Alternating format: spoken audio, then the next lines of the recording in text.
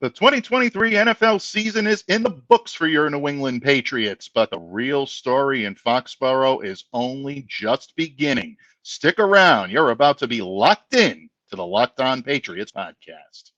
You are Locked On Patriots, your daily New England Patriots podcast. Part of the Locked On Podcast Network, your team every day.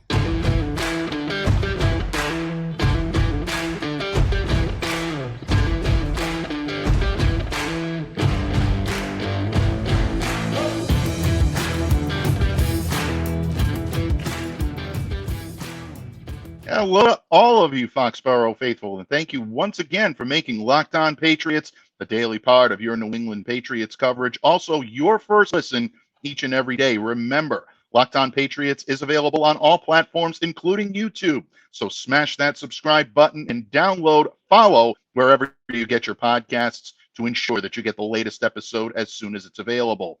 I'm your host, Mike Debate. I cover your New England Patriots for Patriots Country of Sports Illustrated. Reach out to me and let me know what's on your mind on X at MDABATENFL. While you're out there showing love to Locked On Patriots social media style, please follow our account there as well at LO_Patriots. And Pats fans, don't forget that today's episode is brought to you by FanDuel. Make every moment more. Right now, new customers get $150 in bonus bets with any winning $5 money line bet. That's $150 if your team wins. Visit FanDuel.com/lockedon to get started. And folks, your New England Patriots have finished their 2023 NFL season. You know, some like to bask in the picturesque quality of falling snow in New England. Not the New England Patriots yesterday, en route to a 17-3 loss to the New York Jets in their Week 18 season finale at Gillette Stadium. And was it the final game for Bill Belichick on the sidelines? Was it the final game for Matthew Slater? A lot of questions. Good thing today, folks, we've got the man with the answers. My good friend, the legend himself, Thomas Murphy. Thank you for coming to me today in friendship, Don Murph. Welcome back to the pod. We need your wisdom and counsel today, my friend, more than ever. Do we? Are you sure? We just don't need a shovel, okay?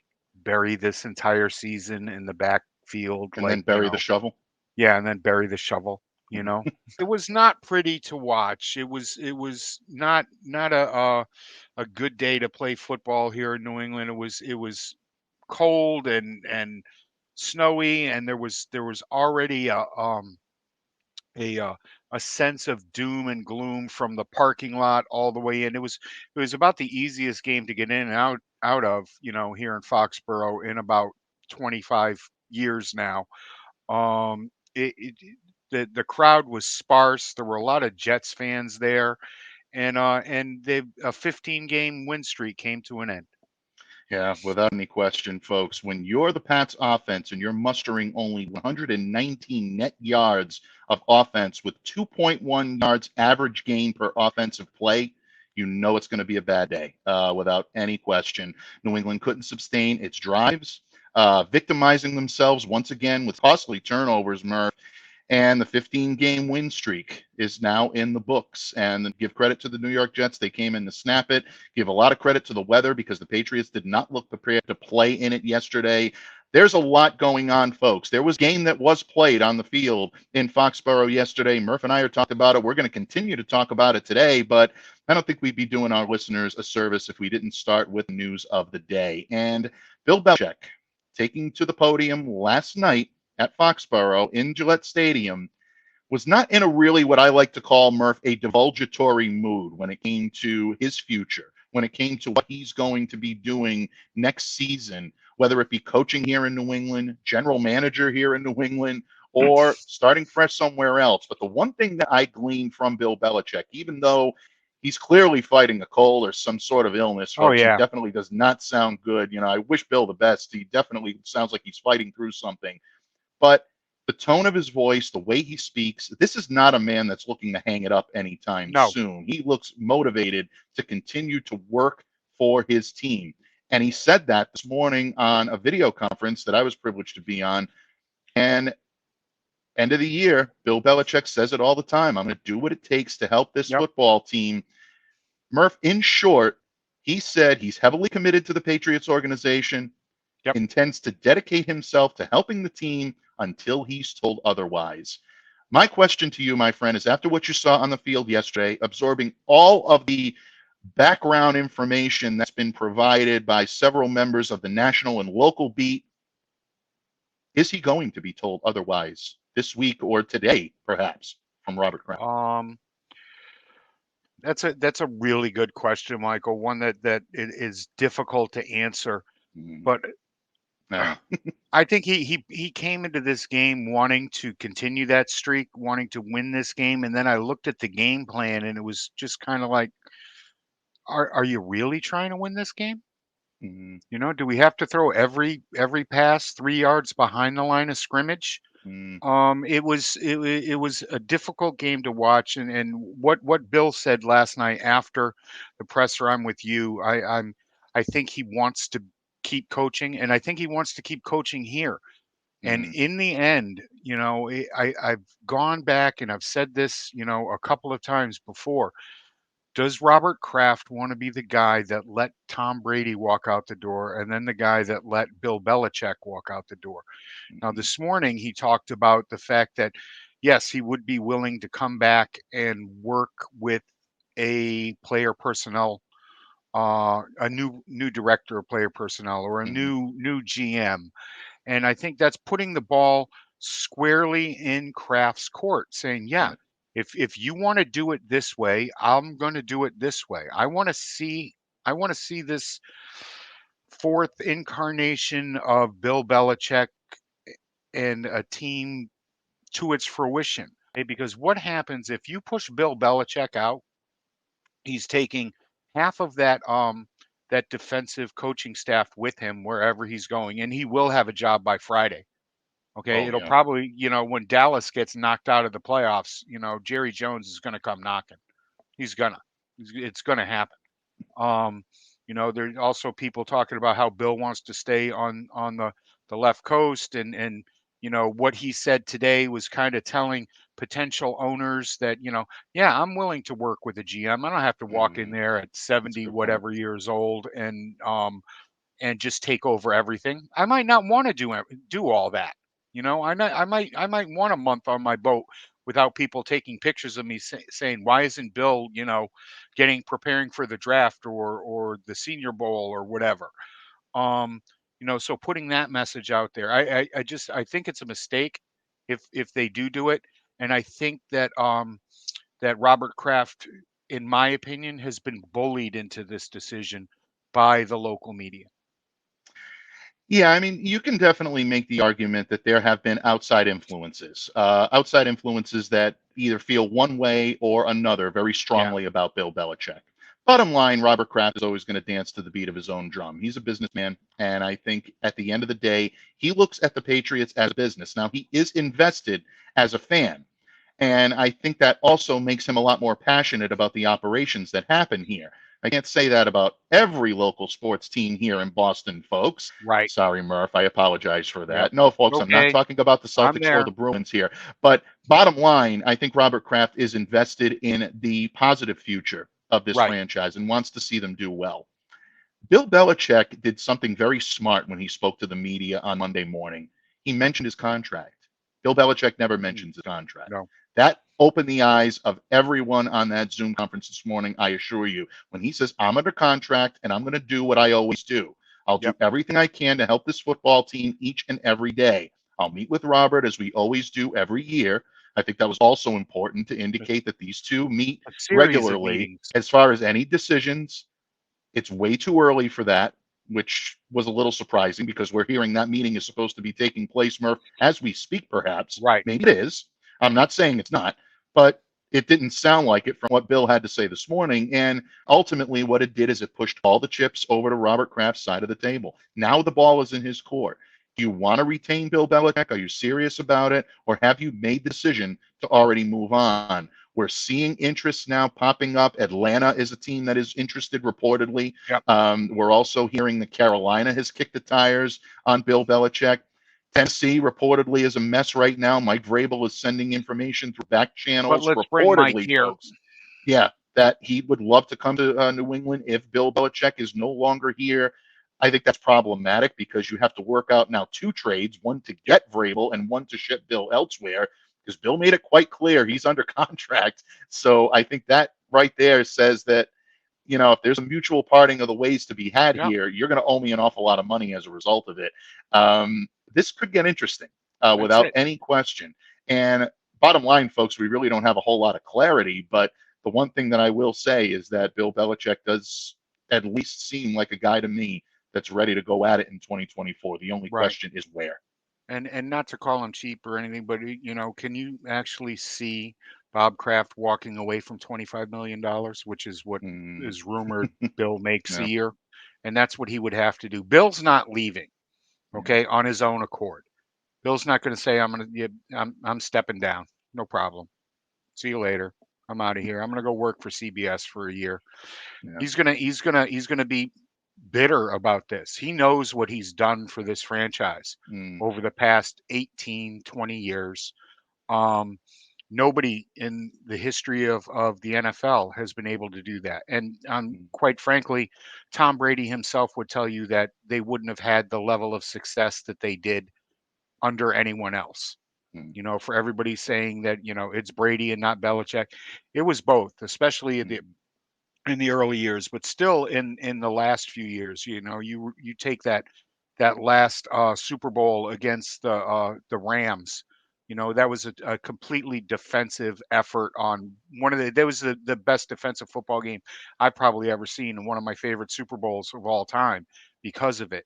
And he, like I said, he will have a job in, short order if you fire him. I just can't see Robert walking away from that kind of money and the kind of talent that Bill Belichick is. And look, bottom line, folks, if you are of the ilk of wanting to see Bill come back next year, I think one of the more positive takeaways that you can glean from Bill's meeting with the media on Monday morning is that he did confirm that there has been at least one meeting between he and Robert Kraft throughout the season. Those reports were out there, Murph, that these two had not spoken at all during the regular season.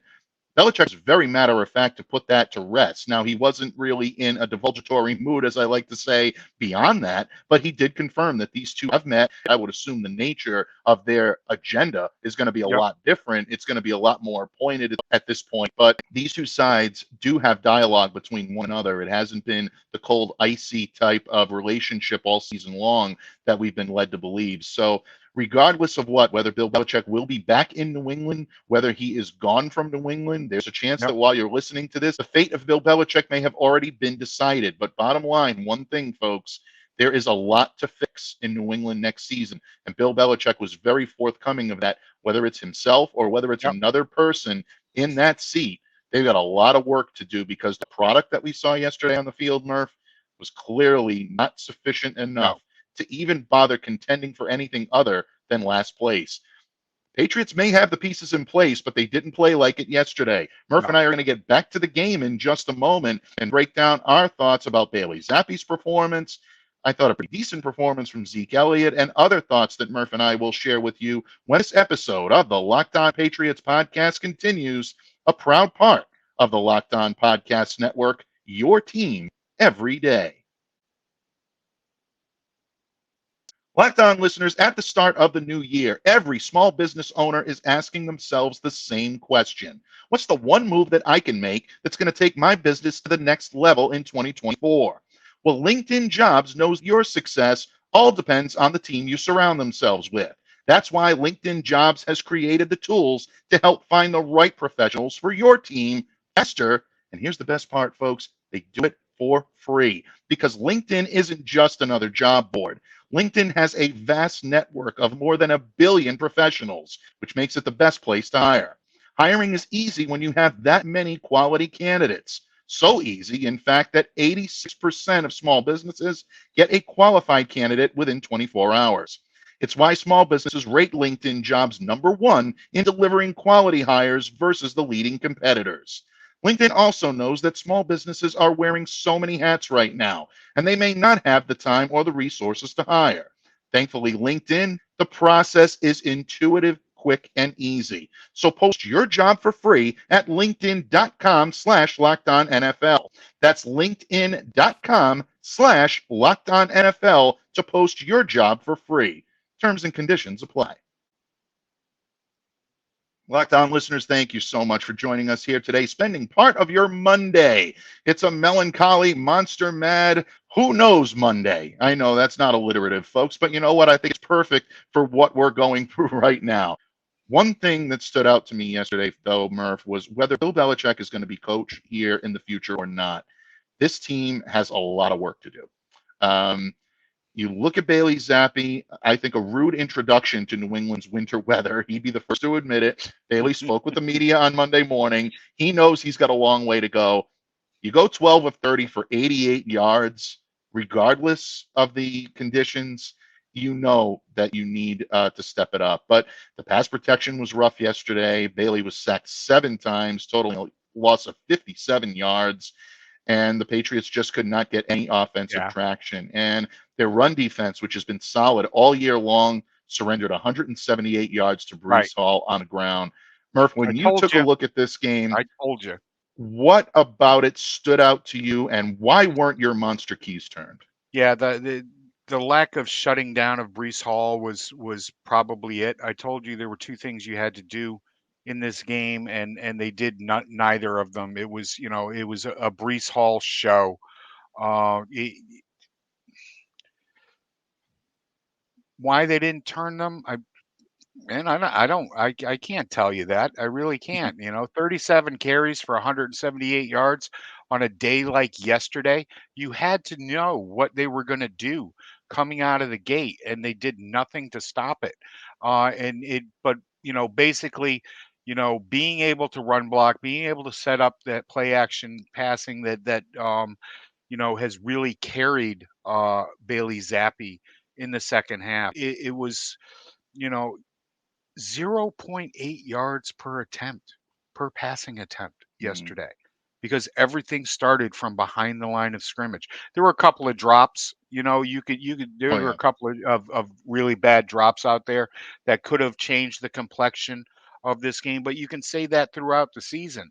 A couple bad drops here, a penalty there. The Patriots, had ended up with 4 penalties yesterday that put them behind the sticks. It was hard football to watch, and I told you that you had to take care of Breece Hall, and you had to take care of Garrett Wilson. Garrett Wilson came up with a nice catch of 30 yards.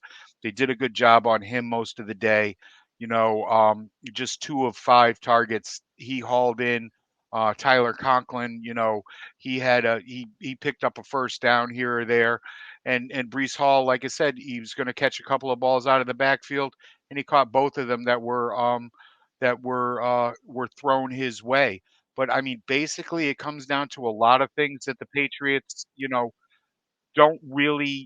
haven't really been able to take care of this entire season. And, that's taking care of the ball on 3rd down and moving those chains. You still need to be better than what we saw yesterday, despite the conditions that are out there. Zappe still had at least 4 turnover-worthy throws by my count. Right. One of them actually helped to set up Breece Hall's 50-yard touchdown run, which until then, you're still talking about a winnable game. The Patriots are down 9-3. Plenty of time, a little over 6 minutes left in the 4th quarter. That's enough time to move the ball and maybe even get a score and another field goal to put on top of it. But things just started to unravel. But we saw velocity issues yesterday, him having difficulty reaching some of his targets. He fell short of Mike Gesicki in the end zone once. He fell short of Devontae Parker, Pharaoh Brown. These are passes that need to be completed. That's off to Pharaoh Brown yesterday. Yeah. One of my key, the don't man mess came with to Pharaoh. play. No, you don't mess with Pharaoh Brown. Exactly. You do not mess with the Pharaoh, folks. So let it be written, so let it be done. I wish we could have made that stick a little more this year. Right. But you know what? It is what it is. So you're going to get the slices of blame pie that are going to be served to the weather. And believe me, folks, it's not easy to play in these conditions. I'm not making it sound like, oh, I don't care what the conditions are out there. You've got to go out there and have your A game. It's impossible to do that in this weather. It's impossible to function yesterday. It really was. You can't take a guard and just kick him out there. Not everybody's Mike Onweyu. Okay, I like City, but putting him out there on the left-hand side was it doesn't work. It doesn't. It's true. work. It really is. No, you're absolutely right. And look, bottom line, the poor pass protection, like Murph said, is difficult. You're missing some key pieces on that offensive line. It's tough. It really is. So there's a lot on everyone's shoulders. But bottom line, I think Bailey is first in line to tell you improvements need to be made. And who knows what that means for the Patriots draft position. Now picking at number 3, solidified.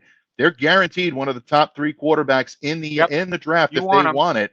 But at the same time, you also have to wonder with the pass protection you saw yesterday, if Joe Alt is available at that pick, you got to wonder whether or not that may be the most prudent No, way to go. I'm telling you, I'm telling you that's it's the way to go. Draft, trade back one spot until you can't get Joe Alt anymore, and Mhm. see what kind of a haul you get. And like I said, the only thing that's going to screw this up is if nobody wants to jump up with Chicago, or Chicago decides to stick with the Fields medal and takes Joe Alt himself. And if not, Mm. there's the Penn State kid. Trade back a little bit further and see what you can get out of the second round. And whoever's making those picks, folks, has got a lot of decisions to make. And the Patriots are now on to the 2024 Yep. NFL draft and the 2024 NFL season. But before we take our leave of the action on the field, Murph, I did want to at least end on a high note when it comes to the offense, because once again, Murph and I have sung the man's praises all season long. He was a pleasant surprise, someone who was a joy to cover this year. And I, for one, would love to see him back, and that is Ezekiel Elliott. Yep. Zeke didn't have a tremendous game yesterday when it came to No. statistics. He carried the ball 13 times, 54 yards, 5 catches for 24 yards, but that quintet of catches pushed his season totals to a team-leading 51. It's the second year in a row now Yep. that a running back, a backfield receiver, has led the team in receptions. Ramondre Stevenson did it last year. He topped the list with 69 receptions. James White also did it in 2018 when he led the team with 87 catches. Right. Fell just shy of a needed 101 total yards to reach 975 on the season. Pay that him a man nice, his money. yeah, it would have given him a nice $300,000 bonus, but you have to wonder if the Patriots are still going to do that. Yeah. But bottom line, what he was asked to do and what he actually delivered on Right. the field really, I think, exceeded expectations. Having to take over the lead back duties for Ramondre Yep. Stevenson down the stretch is not easy. He did it with class. He did it with a veteran leadership. And I think he did it with a lot of skill. And that's going to make him pretty sought after on the open market. Right. So hopefully Zeke comes back. He said yesterday in the locker room after the game he's open to it. But if somebody opens up the checkbook, it's going to be hard. But Right. If this is the only year he had in New England, it should be remembered.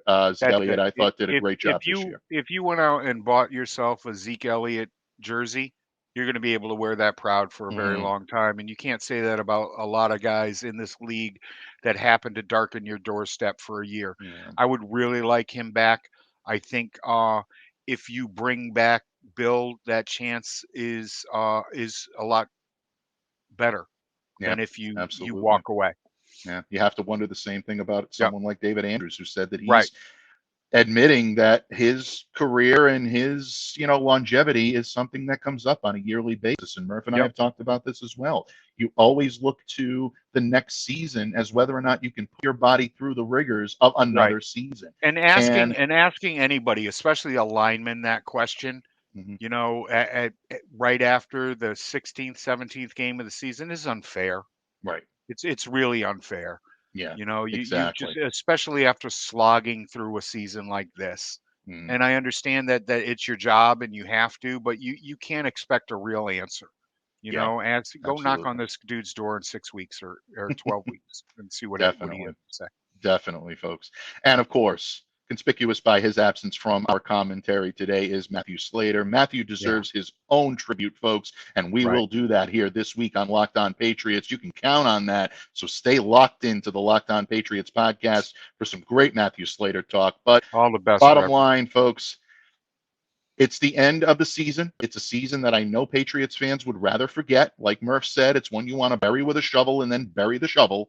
But at the same time, the questions about whether or not the end of an era are just beginning, and they will continue until Robert Kraft and the Patriots organization makes it official one way or another. But if, in fact, we have seen the last of Bill Belichick coaching a New England Patriots team on the field, and the sequence of events was really an unfortunate sequence of events in terms of how one of the greatest coaches in professional sports history, who we feel to be the greatest coach in NFL history, is the last memory that you have of him on the field. Murph and I are going to discuss that unfortunate sequence of events and whether or not it would even be a fitting end for such a legendary career here in Foxborough. We'll be back to wrap things up in just a moment when this episode of the Locked On Patriots podcast continues, a proud part of the Locked On Podcast Network, your team every day.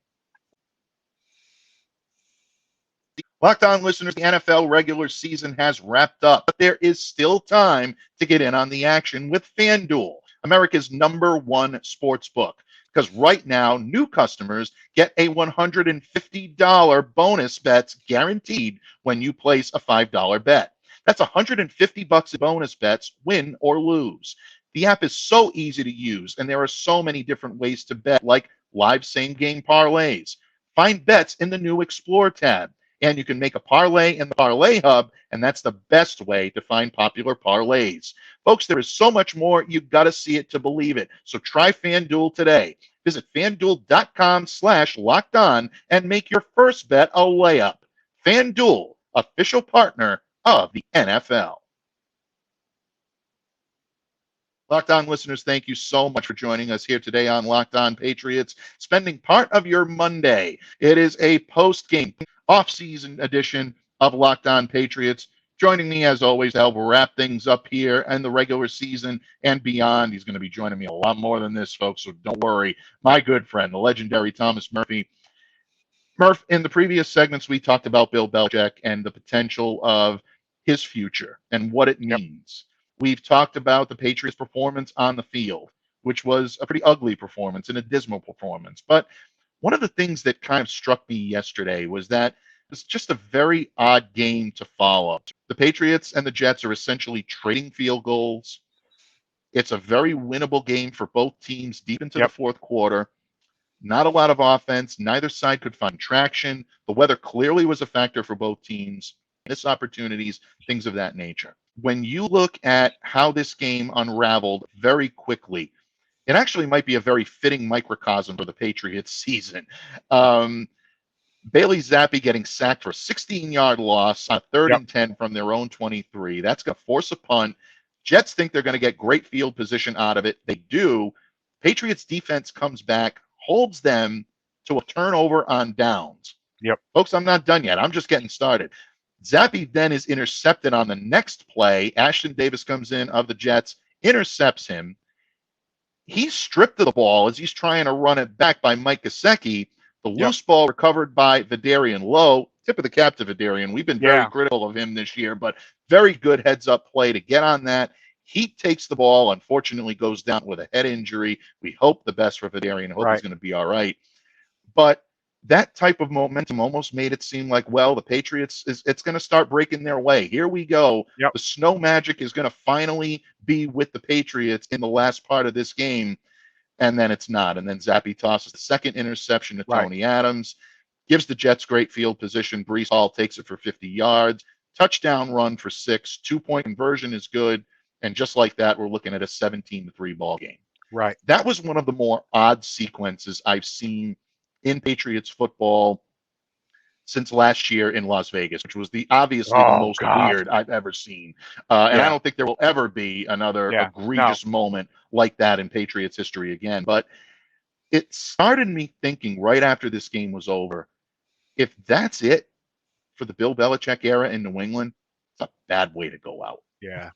It really is. I thought that the team would come together and piss off everybody that wanted that third pick that the Patriots now have, and it just didn't happen. You know, we talked about it last week, how difficult it is to go out there and play in the cold, and you're dealing with a quarterback that had never done that. You're dealing with your main running back who has never played in those kind of weather conditions in his entire life. It was a hard game to swallow. It was a hard game to watch. And it was just, that fourth quarter was just a microcosm of this entire season.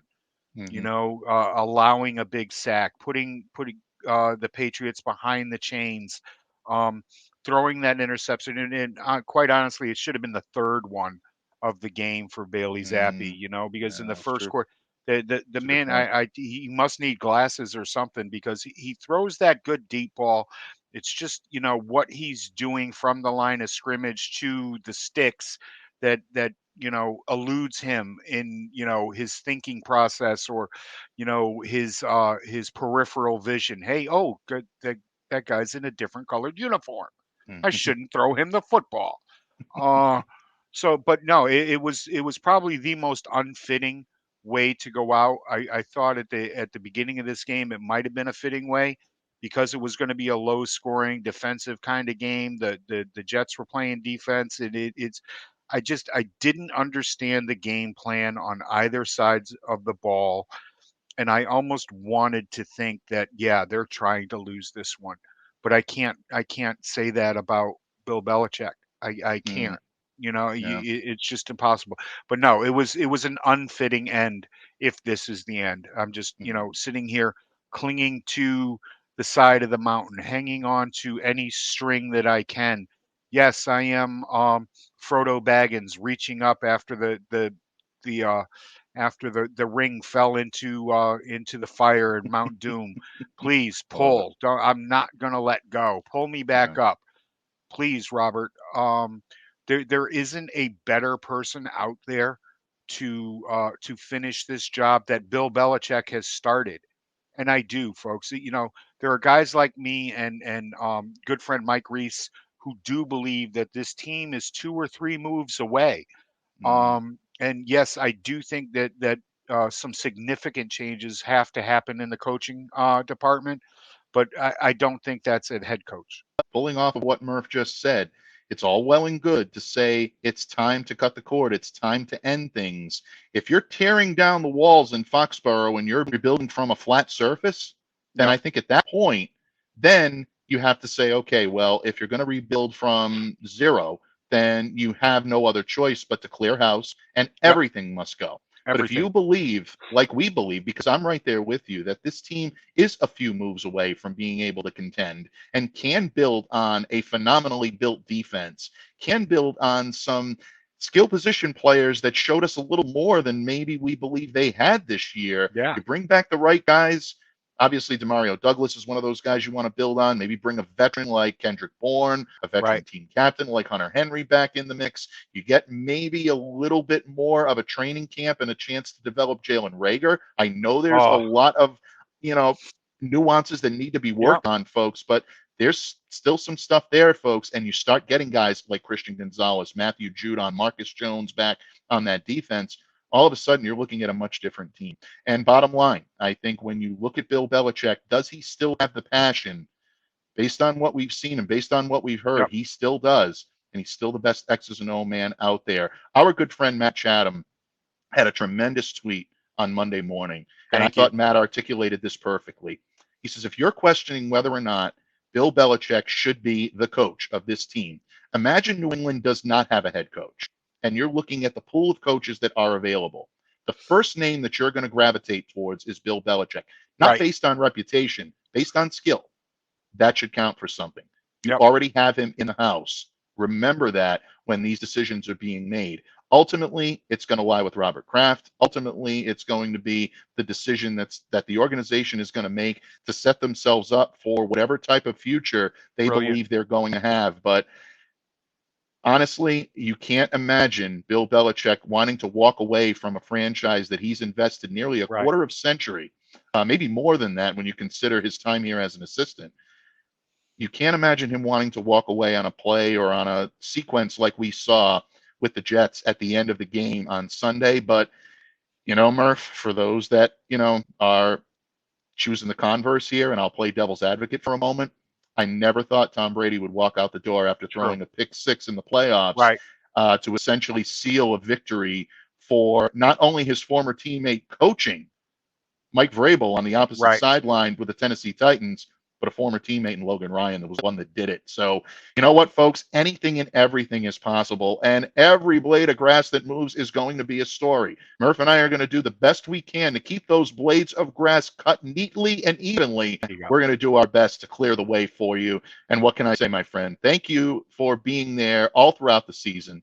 We look forward to the off season. It's Yeah. probably even more fun with interaction that we're going to have with all of our great listeners, all of our everydayers here on Locked On Patriots.